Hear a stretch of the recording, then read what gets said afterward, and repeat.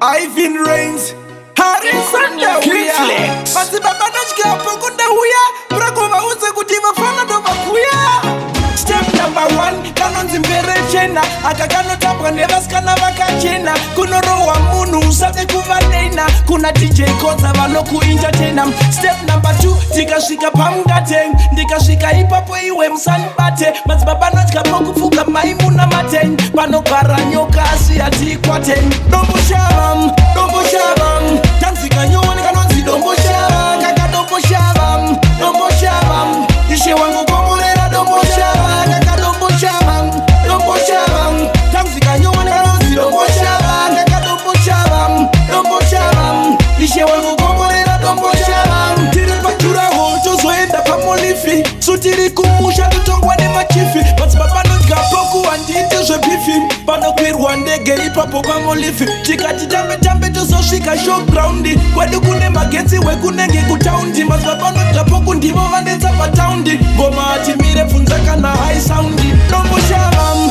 dombo shabam. Tanzika nyuwani kanonzi dombo shabam. Kaka dombo shabam, dombo shabam. Ishe wangu kongorera dombo shabam. Kaka dombo shabam, dombo shabam.